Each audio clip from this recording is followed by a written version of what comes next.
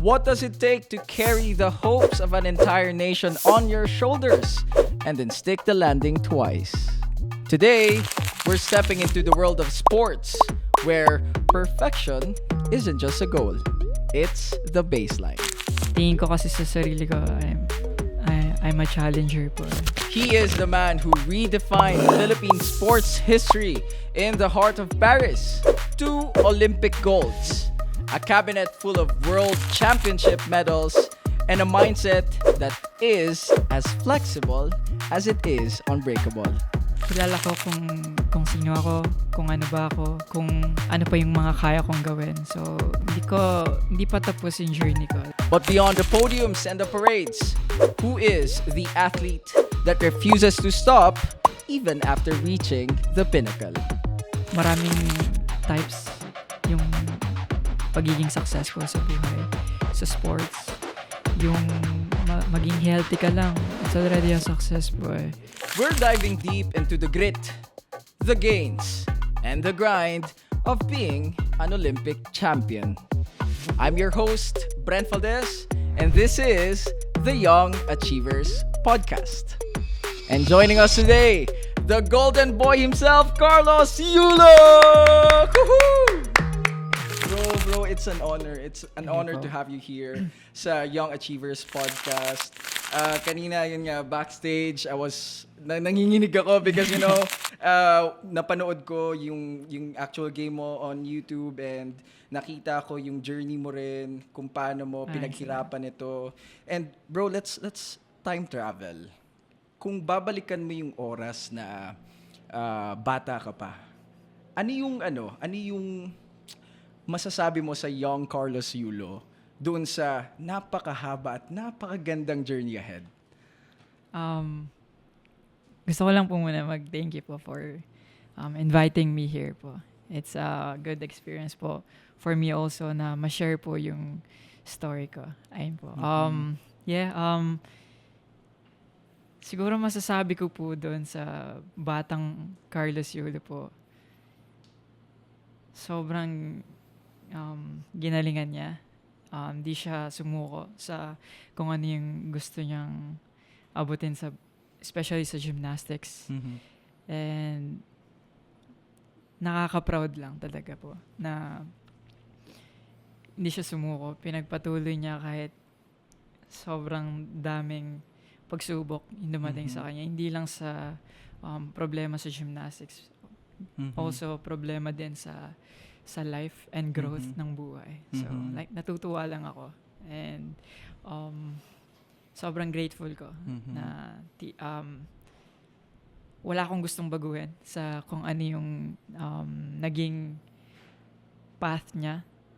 Tamang-tama lang yan for his growth and pag-build ng character niya. Yeah. So kung hindi mo napagdaanan lahat na napagdaanan mo noon hanggang ngayon, hindi ikaw yung magiging Carlos Yulo that we see today, no, bro? That's for sure, bro. No, yes, and bro. speaking of focus, bro, nandun ka na sa floor, tapos sobrang daming nanonood sa'yo nung oras na yon. Paano ka nakakapag-focus? Sa training po talaga. Kung ano yung ginagawa mo sa training, for sure, ayun yung lalabas din sa competition. Kasi wala namang... sometimes may milagro po talaga. Pero ano talaga kung ano yung ginagawa ko sa training ko, parang kina-copy-paste ko lang siya sa competition. So, kailangan yung training ko malapit na dun sa actual na competition. So, palagi po ako nag-meditate po. Meditate? Yes po. Wow, Yeah. wow. Ilang minutes ka nagme-meditate, if I may ask? 3 to 5 minutes. 3 to 5 minutes. Before, nung nag-start ako, hindi ko siya makuha . Nakakatulog talaga ako. Like, and okay lang naman yan. Kasi, beginner ka pa lang naman. In the beginning, hindi mo pa alam linear, Yeah. So nung na-master ko na yung kung ano yung style ng kung paano ako mag-meditate. 3 to 5 minutes, okay na yan sa akin. Kung matagal, 10 minutes. Yeah. Eto, Carlos, after after the double gold in Paris, yung mundo started looking at you differently. Paano mo pinoprotektahan yung inner athlete mo from all the noise of the sudden global fame? Kasi imagine, napakahaba ng iyong naging journey sa trainings mo. And then, pagkatapos nung araw na yon sa 2024 Paris Olympics, biglang nagbago yung ihip ng hangin. Paano mo hinahandle yung ingay? Para sa akin po, kasi yung napanalunan ko and yung result, siguro pa yun yung nakikita talaga ng madaming tao po. Pero inside po, tingin ko kasi sa sarili ko, I'm a challenger po. So, like, hindi nawawala talaga yung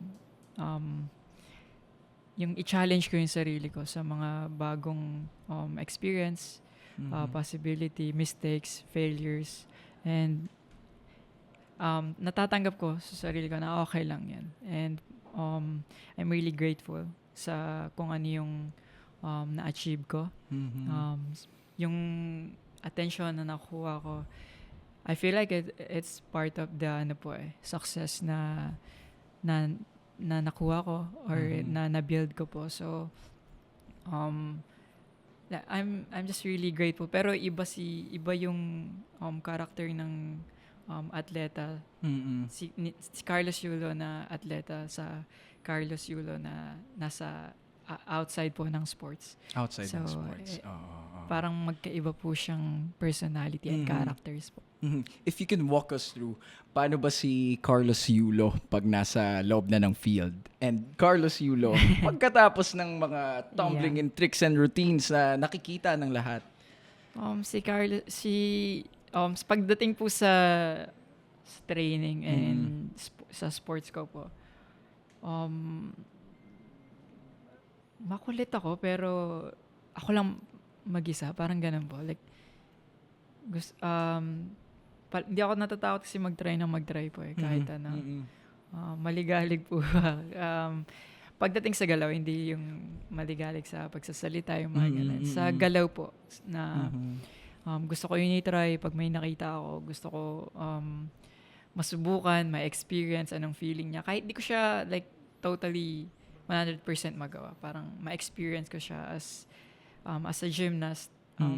Parang nahahasa din po yung utak ko na ganun pala yung feeling niya. Pagkatapos ng 2024 Olympics, binansagan ka na ng mga tao na the Golden Boy. Minsan ba napapagod ka? Medyo tiring ba na marinig, uy, si Golden Boy, ganyan. How do you stay humble? Ayan, given the circumstances, all the achievements na nagawa mo in your life. I'm really grateful po talaga kung ganun po yung tawag nila sa akin. But how I see myself po kasi it's really different. Kilala ko kung ano yung kung sino ako, kung ano ba ako, kung ano pa yung mga kaya kong gawin. So hindi pa tapos yung journey ko. Like I know nag-i-start pa lang po ako and marami pa akong kayang gawin. So hindi ko nililimit or ini-stop yung sarili ko na because nanalo ako ng isang cycle, hindi ko na kaya ulit siya gawin sa pangalawa. Obviously, and of course, it's really hard to do that again. But at the same time, yung ano po yung pagsubok na gusto mo siyang higitan, gusto mo siyang galingan pa. So, I'm really grateful na ganun po nila ako tignan. But at the same time, marami pa din akong kailangan trabahuin, pag-isipan ng mabuti kung paano ko gagawin yung training ko. And syempre, kung gaano kahirap yung naging journey ko doon. For sure, kung malaki yung goal ko sa buhay, another hirap na naman yun. And that's really okay. I'm ready to take those challenges po. Grabe. Double gold medal, na-achieve mo na siya. Meron bang pressure sa'yo na, yun nga, just like what you said, di ba? Gusto mo pa siyang higitan. May pressure ba na, teka, paano ko ba paano ko ba gagawin, paano ko pahihigitan yung double gold na yun after? For me kasi po, hindi po talaga ako nakabase sa medal or results po eh. Yeah. Obviously, hindi po, of course, gusto ko magka-gold medal. Doon po tayo sa totoo. Like, lahat gusto magkaroon ng gold medal. But at the same time, sobrang importante ng journey. Sobrang importante ng journey para sa akin. And yung mangarap ka pa lang na gusto mong magkaroon ng gold medal. Yung hope na yon and yung string na yon, privilege na agad yun eh. So, yung step mo kung paano ka mapupunta sa ganong result, manalo matalo, na-experience mo eh, yung journey papunta dun eh. And kung di mo makuha, that's really alright. Dahil ka natutunan. So, dun sa mga winning moments mo, I'm pretty sure meron ka ring mga times na munti ka na or sumablay ka. Para sa'yo, ano yung fail moment na tumatak sa'yo? Yung dun mo nasabing, kailangan ko bumawi. Ganyan. Actually, madami po eh. Every competition may,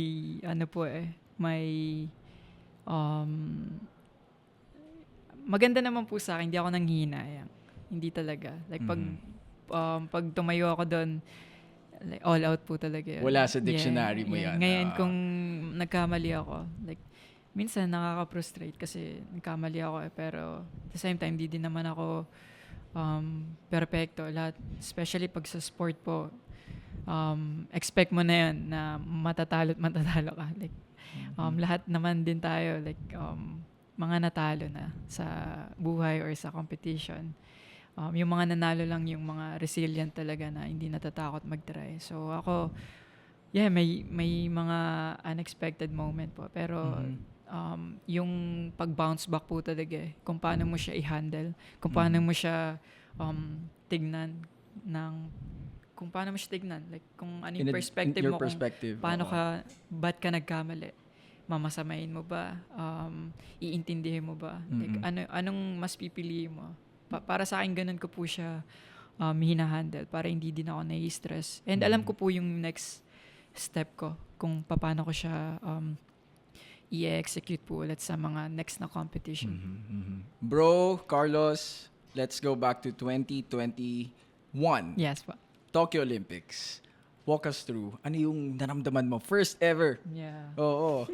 Ayun talaga, sobrang kulit na. Kasi first time po, hindi ko expected na makakapasok ako ng Olympics. And then, nag-flashback sa akin na 2012. Yung 2012 na London. Gusto kong makapag-Olympics. And at that time, nandun na ako. I was very young. But, yung pinangarap mo lang, na-manifest mo ngayon, bro. Oo. But at the same time, kahit sobra kong tuwanan, sobrang doon ako pressured at that time. Kasi nung qualification nun, nag-gold kasi ako sa World Championships. And doon ako nagkaroon ng ticket to go to Tokyo Olympics. So, pressured po ako nun na kasi gusto ko maulit po yung kung ano nangyari dun sa World Championships. And unfortunately, sa sobrang hindi ko alam kung ba't ganun yung naging performance ko. Pero maintindihan ko kasi siguro hindi pa din yun para sa akin. And at the same time, sobra talaga akong kinakabahan. Sobra talaga to the point na hindi ko alam, nanginginig ako at that time. So, ayun yung naging apoy ko nung 2024 Olympics pa kasi finalist ako sa vote and so parang 0.3 na lang yung diferensya po namin ng first and pang fourth ako. So magkakadikit lang yung score namin. It was really frustrating but at the same time, tama lang din talaga pala na nangyari siya sa akin. And mas mabigat yung balik after that moment kasi sobrang bigat din ng pakiramdam ko nun. And it's all worth it sa Paris Olympics po. Yes. Was this your goal? Goal mo ba talaga yung manalo? Or ngayon na nandyan ka na, Kaloy, iba na ba yung definition sa'yo ng winning compared to what it was years ago? Yeah, yung pagkapanalo ko po sa Paris po, nagbukas po siya ng another door na maraming types yung pagiging successful sa buhay, sa sports. Yung maging healthy ka lang, it's already a success po eh. Yes. Nakakain ka sa Isang araw. sa isang araw na 3 beses na gagawa mo yung gusto mo. Free ka, may time ka para sa sarili mo na alagaan mo yung mga mahal mo sa buhay. It's already success po eh. Ayun po yung door siguro na nakapagbukas po na like sobrang grateful lang yung nararamdaman ko and peace. And yeah, making boundaries and peace sa sarili. Sobrang rich and success na po nun para sa akin. And of course, pagdating po sa syempre sports, kailangan talaga pagalingan kayo. Yung hindi ako may injury, it's really part of a big success po eh, na hindi you're mo still injury, there, no? nakakapag-training ka, Yes. yeah, and uncertain kung ano yung mangyayari, but in this time, okay ka, kompleto ka, nagagawa mo yung purpose mo sa mundo. So, ayun po yung mga nakapagpa-realize po sa akin after winning that medal. And it's not always about the medal po sa talaga. It's about kung paano ka naging before pa ng medal mo. So, ayun yung success para sa akin po. Wow. Sobrang nagpapasalamat po talaga ako sa partner ko talaga. Kasi before pa manalo ako sa Olympics, yung journey namin dalawa, like, tinuruan niya ako kung paano maging grateful sa lahat ng bagay. So, nung nakuha ko yung ganong kalaki na premyo, na medal, sobrang emotional ko. First time kong maiyak sa tuwa nung time na yun. Kasi umiyak ako kapag frustrated. Normal naman po eh kapag galit. Kapag dinadown mo yung sarili mo, madali umiyak eh. Pero iba pala yung iyak ng kapag nanalo ka. Nanalo ka, Yeah. no? Yes. Napanood ko yung clip na yon. Ikaw ay pioneer sa Philippine gymnastics. And it comes with a lot of weight. Meron ka bang nafe-feel na dapat maging perfect ka para sa susunod na henerasyon? Or komportable ka na i-share sa kanila yung mga struggle mo? In sport, walang perfect. Wala. You're trying to be, pero it's not possible. You have to be yourself. Para sa akin, mas paano po ba? Pag tinimbang mo, mas mabigat yan. Na you really have to be yourself para ma-express mo. And you're okay with showing that? Yeah, ma-experience mo po yung kung gaano ka hirap, kung gaano ka saya. And it's really okay to show na nag-i-struggle ka. So yeah, ako hindi ko tinatry maging perfect sa mata ng tao. Alam ko na sa sarili ko, tanggap ko sarili ko. Nagkakamali ako, okay lang yun. And walang mali doon. Ang mali, hindi ka nagkakamali. Yeah. And hindi mo tinatanggap na nagkakamali ka. Paano ka matututo? And nandun lahat ng aral sa mga mistakes mo na ginagawa. And it's really okay as long as you're pushing and trying to be the best ng sarili mo, yung best version ng sarili mo. That's really alright for me already. Carlos, sa journey mo ngayon, paano ka nakarating dun sa point na nakilala mo na yung sarili mo? Because, I'm pretty sure napakarami din na people your age, our age, na hindi pa rin nila mahanap kung, teka, ano bang dapat kong gawin sa buhay ko? Ano ba yung mga planong gagawin ko? Maraming naguguluhan dyan. Baka pwede mo i-share kung paano ka nakarating dun sa point na kilala mo na yung sarili mo, alam mo na yung mga gusto mong gawin sa buhay. sa gymnastics ko din po kasi siya natagpuan eh. Mhm. Yung ganong, paano po ba? Kung paano ko i-approach yung sarili ko po eh. Mhm. So, I always ask yung sarili ko na hanapin mo yung sarili mo. Ano ba yung gusto mo maging? Mhm. Paano ka magiging gusto mo maging Mhm. pagdating ng panahon. So, nung na-achieve ko yun, hindi naman siya overnight po eh. Like, hindi lang siya 1 taon, hindi lang po siya 2 taon. Madami po akong trial and error na ginawa para malaman talaga sa sarili ko kung ano yung gusto kong gawin po. Mhm. And sinisik ko talaga siya. Mhm. Sino ba ako? Ano ba ako? Like, palagi ko siyang, ganun yung questions ko po eh. And malaking door din po. It's another door also na makilala mo yung sarili mo. Parang parang pagiging grateful Mhm. sa kung ano yung meron ka, kung sino ka. Lahat ng meron ka ngayon, kapag tinanggal yon, sino ka? Sino ka? Ano ka? Oo. Like, Carlos, ngayon na na-achieve mo na yung pangarap ng marami, ano pa yung nasa bucket list mo? Meron pa bang impossible goal na gusto mong i-try or i-check, ganyan? maging all-arounder po talaga. All-arounder. All-arounder. Mhm. And siguro ma-beat po yung nagawa ko nung Paris Olympics. Mhm, mhm. And of course, after ng career ko, gusto ko maging coach po eh. Gusto ko Coach, magturo. Parang paying it forward, Yes, no? yes. Wow. Especially sa Philippines po. Naniniwala ako na eto yung sports na para sa atin. Hindi lang siya nabibigyan talaga ng attention and ng subok. Hindi pa siya natatry. Pero feeling ko, Mahal ang pumasok sa gymnastics or to be a gymnast because here in the Philippines, walang facilities Yes to po. do it, and number 2, it's very expensive, no?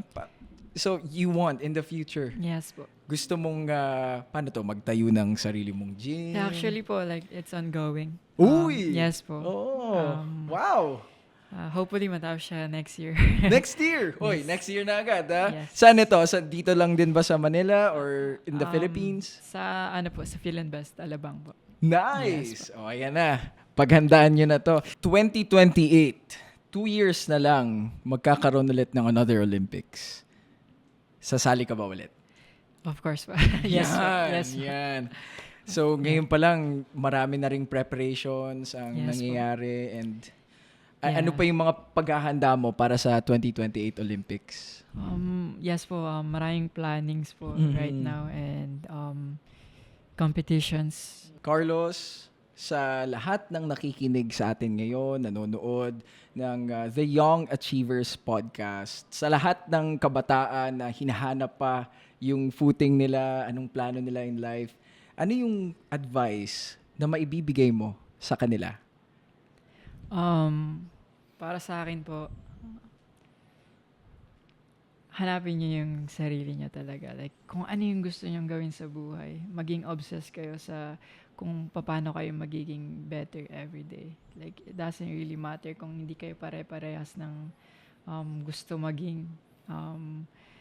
Gusto ko lang yung pahalagahan niyo, yung journey niyo. And it really, nagte-take talaga siya ng time. Pagdasal niyo, tulugan niyo, pag-isipan nyo na mabuti. As long as mabuti yung hangarin nyo, okay na okay yun. And huwag kayo mawala ng pag-asa. There's always hope. Kayo mahihiyang lumapit kay Lord, kausapin nyo siya. Mangingi kayo ng signs. Magpasalamat kayo sa Kanya sa talento na binigay niya para sa inyo. So, ayun lang sa akin. Hanapin niyo yung sarili niyo, maging obsessed kayo sa kung ano yung gusto niyong gawin as long as mabuti to. Ayun lang po. Maraming salamat sa mga sporta and pagdadasal na binibigay niyo sa aming mga atletang Pilipino. Maraming salamat po.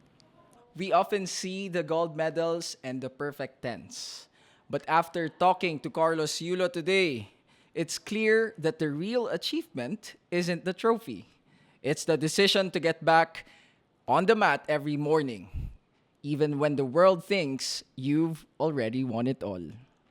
Carlos shows us that being a young achiever isn't about the absence of pressure. It's about how you use that pressure to forge something historic. Carlos, bro, thank you. Salamat Very din. inspiring. Thank you so Sobrang much. dami kong natutunan sa'yo today, and I'm super honored to have you in the Young Achievers podcast, and I'm pretty sure lahat ng nakikinig sa atin ngayon, lahat ng nanonood will be inspired after hearing this from you. Maraming salamat, Carlos. Thank you po. Okay, bro, saan ka ba namin makikita ngayon? Your social media? Meron ka bang pinagkakaabalahan ngayon? Yeah, just follow me po sa Instagram, Facebook, and TikTok. Carlos Yulo. Ayun lang pa. Okay, thank you. If you're feeling inspired to chase your own impossible goal today, make sure to hit that subscribe button. And follow us on gmanetwork.com/lifestyle. And you can also follow me on my social media accounts. Just type in Brent Valdez. In the next episode, we're switching gears again to talk to another young achiever, shaking up their industry, and you won't want to miss it. Until then, keep striving, keep soaring, and stay legendary. This has been your host, Brent Valdez, and this is the Young Achievers Podcast. See you in the next episode. Palakpakan natin, Carlos Yulo! Woohoo!